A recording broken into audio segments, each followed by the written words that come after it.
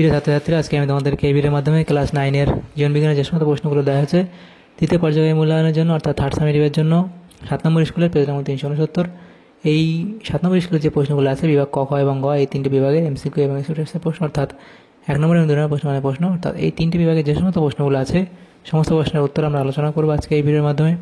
তোমরা ভিডিওটা শুরু থেকে শেষ অবধি অবশ্যই দেখবে, আর চ্যানেল যদি নতুন হয়ে থাকে অবশ্যই চ্যানেলটাকে সাবস্ক্রাইব করে রাখবে পরবর্তী স্কুলগুলোর প্রশ্নোত্তর পাওয়ার জন্য, এবং এর আগের স্কুলগুলো তোমরা প্লেলিস্ট থেকে পেয়ে যাবে, সেখান থেকে সেই স্কুলগুলোর প্রশ্নোত্তর দেখে নিতে পারবে।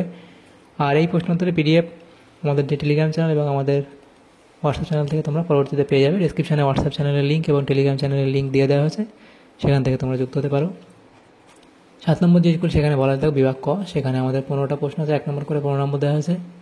1-এর দাগে কি, সঠিক উত্তরটি নির্বাচন করে বাক্যটি সম্পূর্ণ করে লেখো। 1-এর দাগের 1, ট্যাক্সোনমি শব্দের অর্থ হলো, এটা তাহলে কী হবে, ট্যাক্সোনমি শব্দের অর্থ হলো শ্রেণীবিন্যাস। এরপরে আছে পদার্থ কোন পর্বে কোলোব্লাস্ট কোষ দেখা যায়, তাহলে এটা হবে টিনোফোরা, অর্থাৎ অপশান এ। এরপরে আছে এককোষী এবং ইউক্যারিওটিক প্রাণীর উপস্থিতি যে রাজ্যের বৈশিষ্ট্য তা হলো প্রোটিস্টা, অর্থাৎ অপশান সি।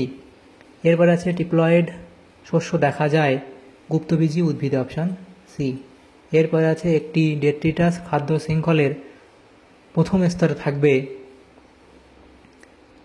তাহলে এটা কী হবে, অপশান সি, অর্থাৎ পচা পাতা। এরপরে আছে যে প্রশ্নটা, সেটা হলো দেহে সবচেয়ে বেশি মাত্রায় প্রাপ্ত অ্যান্টিবডি হলো, এটা হবে IgG, অপশান এ।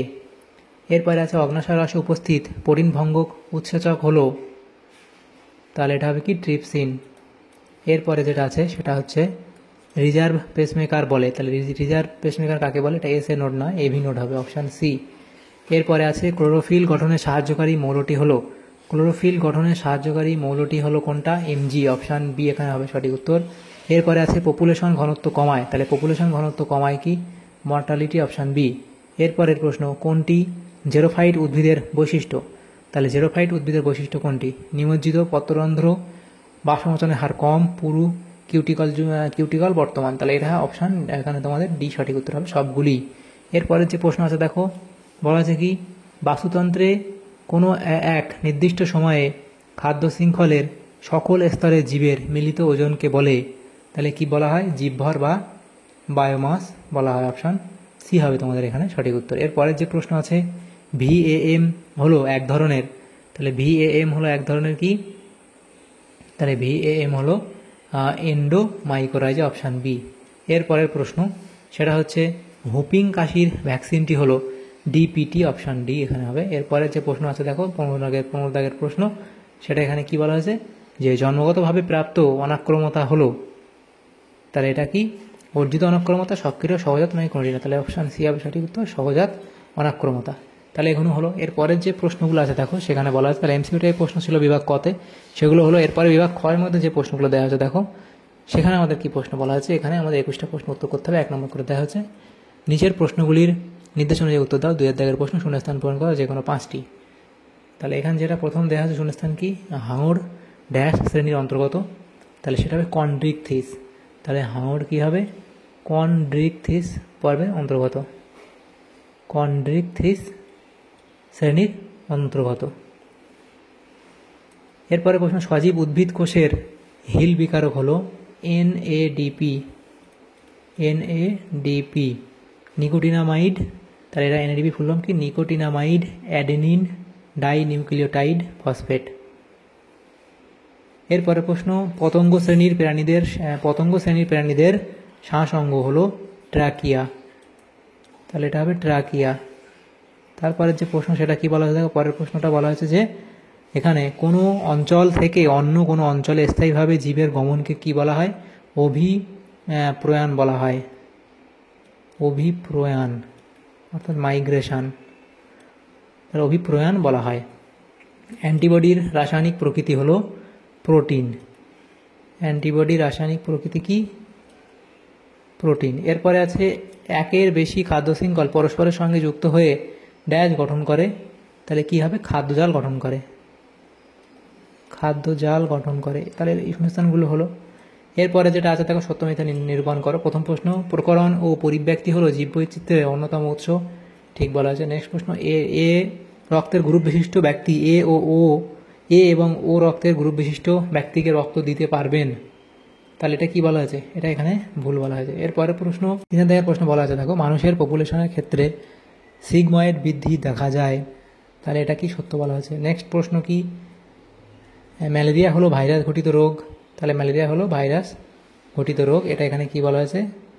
ভুল বলা হয়েছে। এরপরে প্রশ্ন কি, বি লিম্ফোসাইট রস নির্ভর অনাক্রমতায় অংশ নেয়, এটা সত্য বলা হয়েছে। এরপরে থ্যালোফাইটদের দেহ মূল কাণ্ড পাতায় বিভেদিত হয়, এটা এখানে ভুল বলা হয়েছে। তাহলে এখানে ঠিক ভুল যেটা ছিল, দেখো প্রথমটা ঠিক, তারপর একটা ভুল, তারপর একটা ঠিক, তারপর একটা ভুল, আবার তারপর একটা ঠিক, তারপর একটা ভুল।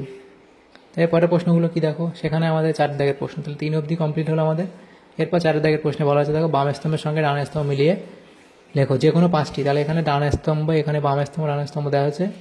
এটা কি 1 দাগে আছে ওপারিন ও হ্যালডেন, তাহলে সেটা হবে কি গরম তরল স্যুপ। এরপরে আছে জাইমেজ, তাহলে এটা তোমাদের মিলবে এখানে কোহল সন্ধান, জি এর সাথে মিলবে। তারপর IgA, তাহলে সেটা এখানে মিলবে কোলোস্ট্রাম। এরপরে আছে জুপ্লাংটন, তাহলে জুপ্লাংটনটা মিলবে এখানে প্রাথমিক খাদক। এরপরে স্পাইরুলিনা, সেটা এখানে হবে এফ এর সাথে মিলবে, অর্থাৎ খাদ্যের বিকল্প উৎস। এবং ডেঙ্গি হলো কি অপশান সি, এখানে তোমাদের মিলবে ফ্লাভি ভাইরাস। এরপরের প্রশ্নগুলো কি আছে দেখো, পরের প্রশ্নগুলো 5 দাগের প্রশ্ন, সেখানে বলা আছে নিচের প্রশ্নগুলি অতি সংক্ষিপ্ত উত্তর দাও যে কোনো 6টি। প্রথম প্রশ্ন, শ্বসনে মোট কত অণু এটিপি উৎপন্ন হয়, এখানে লিখবে 38, অর্থাৎ 38 অণু এটিপি উৎপন্ন হয়। নগ্নজিন কি, সেটা লিখবে। এরপরে আছে PGA, যে অপশানটা আছে দেখো PGA LD এর পুরো নাম কি, তাহলে লিখবে এর পুরো নাম হলো ফসফোগ্লিসারঅ্যালডিহাইড।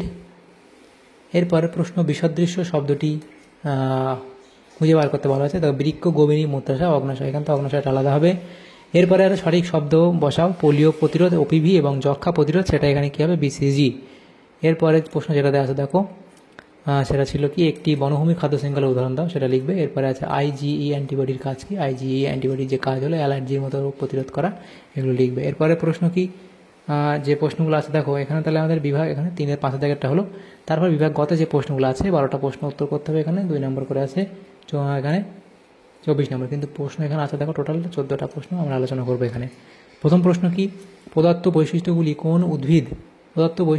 কোন উদ্ভিদ ও প্রাণী গোষ্ঠীতে পাওয়া যায়, রাইজয়েড, অস্কিউলাম, ম্যান্টল পর্দা এবং এপিডার্মাল আঁশ, পরপর এখানে দেওয়া আছে, লিখে নেবে। এরপরে প্রশ্ন 2 দাগের, শৈবালের 2টি বৈশিষ্ট্য লেখো, তাহলে শৈবালের বৈশিষ্ট্য উদ্ভিদ দেহ, দেহ গঠন, কোষের প্রকৃতি, কোষ প্রাচীর, রঞ্জক এবং পুষ্টি, এতগুলো দেওয়া আছে, 2টো লিখলেই হবে।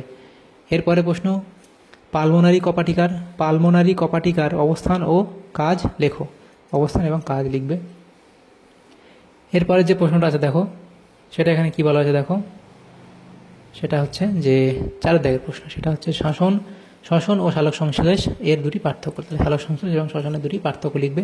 প্রকৃতি, স্থান, সময়কাল, সংশ্লিষ্ট গ্যাসীয় পদার্থ, উৎপন্ন পদার্থ এবং গুরুত্ব, এগুলোর ভিত্তি করে পার্থক্য দেওয়া আছে, যেখান থেকে যে কোনো 2টো পার্থক্য লিখবে। এরপরে 10% সূত্রটি লেখো, তাহলে বিজ্ঞানী রেমন্ড লিন্ডম্যান এর মতে বাস্তুতন্ত্রের খাদ্য শৃঙ্খলের মধ্য দিয়ে শক্তি প্রবাহের সময় একটি পুষ্টি স্তর থেকে পরবর্তী পুষ্টি স্তরের মধ্যে 10% শক্তি স্থানান্তরিত হয়, বাকি 90% শক্তির রূপান্তর ঘটে, অর্থাৎ যে পুষ্টি স্তরের জীব কর্তৃক জীবন ধারণের জন্য ব্যয়িত হয়ে যায়, এটাই হচ্ছে লিন্ডম্যানের 10% সূত্র। এরপরে এপিটোপ ও প্যারাটোপ কি, এপিটোপ এবং প্যারাটোপ লিখবে। অক্সিজেনের যে নির্দিষ্ট স্থানে অ্যান্টিবডি যুক্ত হয় তাকে এপিটোপ, এবং অ্যান্টিবডি ও লিম্ফোসাইটের যে বিশেষ অংশ অ্যান্টিজেনের এপিটোপের সঙ্গে রাসায়নিক বন্ধনে আবদ্ধ হয় তাকে প্যারাটোপ বলে। এরপরে অনবীকরণযোগ্য প্রাকৃতিক সম্পদ বলতে কী বোঝায়, অবধি লিখবে। পরের যে প্রশ্নগুলো আছে দেখো, সেখানে কি বলা আছে, পরিবেশক চক্র কাকে বলে, এটা লিখবে। এরপরে যক্ষা রোগ কীভাবে মানবদের সংক্রামিত হয়, ভূগর্ভস্থ জলের অতি ব্যবহারের 2টি কুফল লেখো। এরপরে ধৌতকরণের 2টি উপাদান সম্পর্কে লেখো, সোপ বা সাবান এবং ডিটারজেন্ট, এটা 2টো লিখবে। এবং পরের প্রশ্ন ছিল মানব পৌষ্টিক গ্রন্থি নিঃসৃত 2টি শর্করা ভঙ্গ উৎসেচকের নাম লেখো। এরপরে প্রশ্ন, মানুষের স্থায়ী দন্তসূত্র লেখো, তাহলে দেখবে এই যে যন্ত্রসূত্রটা, স্থায়ী যন্ত্রসূত্র, এটা আই মানে কি ইনসাইজার বা ইনসিজার, সি হচ্ছে ক্যানাইন, পিএম হচ্ছে প্রিমোলার, আর এম হচ্ছে মোলার, এগুলো যে নাম, ঠিক আছে। এবং এগুলো কালার করে দেখানো হয়েছে, কোনটা কোন দাঁত সেটা দেখানো হয়েছে এখানে, সেগুলো দেখে নেবে। এগুলো না দেখলেও তোমার চলবে। এখানে যে চেয়েছে যে মানুষের স্থায়ীতার সংখ্যা সেটা লিখবে। এরপরে সৌরবিদ্যুৎ ব্যবহারের একটু সুবিধা ও একটু অসুবিধা লিখবে, একটু সুবিধা অসুবিধা লিখবে, তাহলে এই প্রশ্ন উত্তর হয়ে যাবে। তাহলে আমাদের এখানে যে প্রশ্নগুলো ছিল দেখো, ক্লাস 9-এর 7 নম্বর স্কুলের তৃতীয় পর্যায়ক্রমিক মূল্যায়নের জন্য জীবনবিজ্ঞানের যে প্রশ্নগুলো ছিল বিভাগ ক, খ এবং গ এর মধ্যে সমস্ত প্রশ্ন উত্তর আমরা আলোচনা করলাম আজকে এই ভিডিওর মাধ্যমে। তোমাদের যদি সামান্যতম উপকার এসে থাকে ভিডিওটা অবশ্যই লাইক করবে এবং বেশি বেশি করে বন্ধুদের সাথে শেয়ার করবে। আর পরবর্তী যে স্কুলগুলো আছে সেগুলোর প্রশ্ন উত্তর পাওয়ার জন্য অবশ্যই তোমরা আমাদের চ্যানেলটাকে সাবস্ক্রাইব করে রাখবে। Thank you, thanks for watching.